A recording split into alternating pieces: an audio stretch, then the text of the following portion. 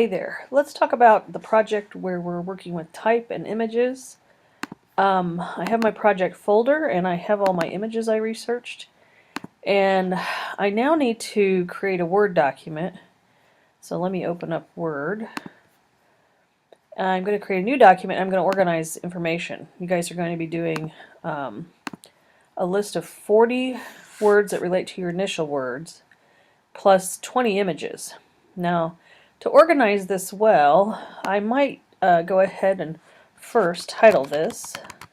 So Rebecca's brainstorming and research, or visual research, excuse me. And we're titled Project 4 right now, so if you see anything that references that as Project 3, ignore that. Type and image. Okay, so I'll highlight this and I'll go ahead and make that, excuse me, a title or a heading. Make it not take up so much space. Okay, now I'm going to insert what is called a table in here. This will help me really organize this information much easier. So I'm going to go to the Tables tab in Microsoft Word, and let me close the style out here. We don't need it. And where it says New over here, I'm going to create a new table. Now I'm just going to go down and I'm going to insert a table. Now my number of columns, I only need 2 columns.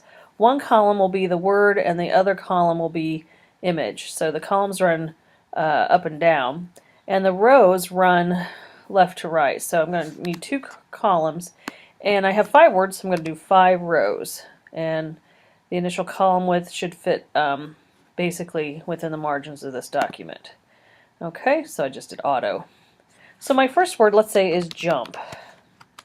And I type in the word jump. You want to type in your main word in each of these 5 rows.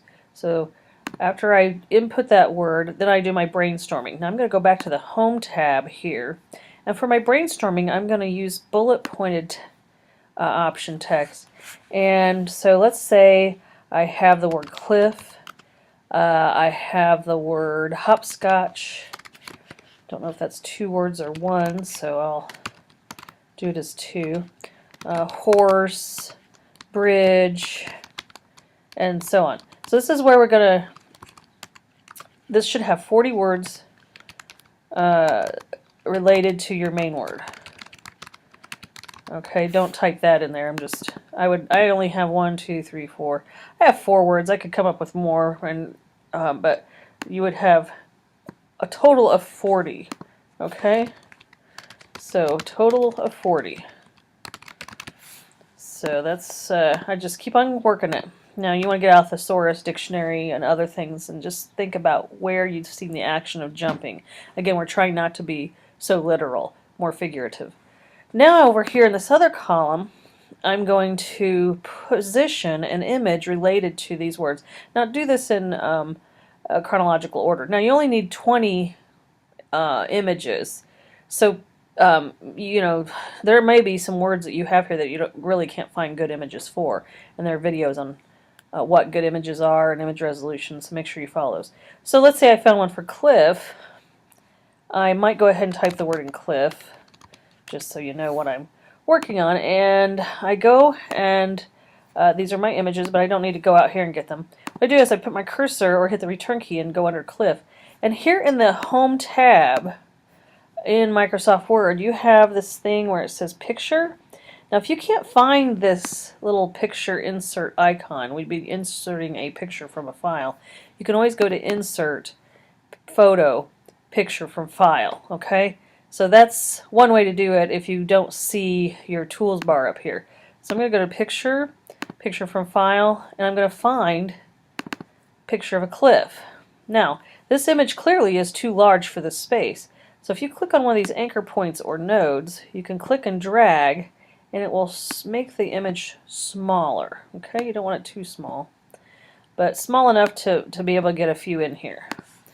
Now after that image, I put my cursor in there, it's blinking, I hit the return key, and I'm going to type in the next word, hopscotch. Oops.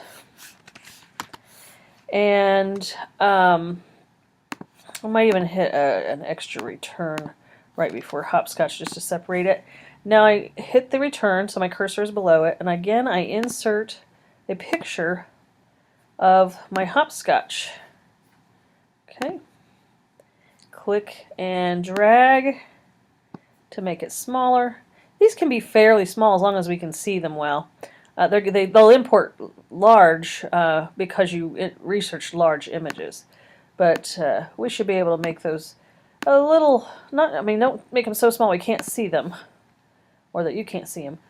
So what we're doing is we're taking our list of 40 words, and of those 40 words, 20 of these words will have images. So this is a process of elimination. I'll keep going on this until I have my 20 words, and this may take up a couple pages, or my 20 images. Then I move on to the next word, type that in, and I might even make that bold and bigger. Again, I'm in the Home tab. But this is a quick way to organize your words, and then word plus image over in the other column. Okay? And you want to do this again on five words. You're going to narrow down 40 related words and then 20 related images. So I'm going to save this and to my working files, my project 4. There we go. It's going to save it as my brainstorming. And then I can't save this as a JPEG. I have to save it as a PDF. I don't have the JPEG option, unfortunately. So I guess we'll have to post PDFs on this. So save it as PDF, save it. And then when you go to Blackboard, you will have in the discussion board you can post the PDF attachment. Okay, now I've already worked on some InDesign files just to work ahead, but you'll see that I have my project for brainstorming. That's a different one I did earlier. Excuse me, I was practicing. Here it is.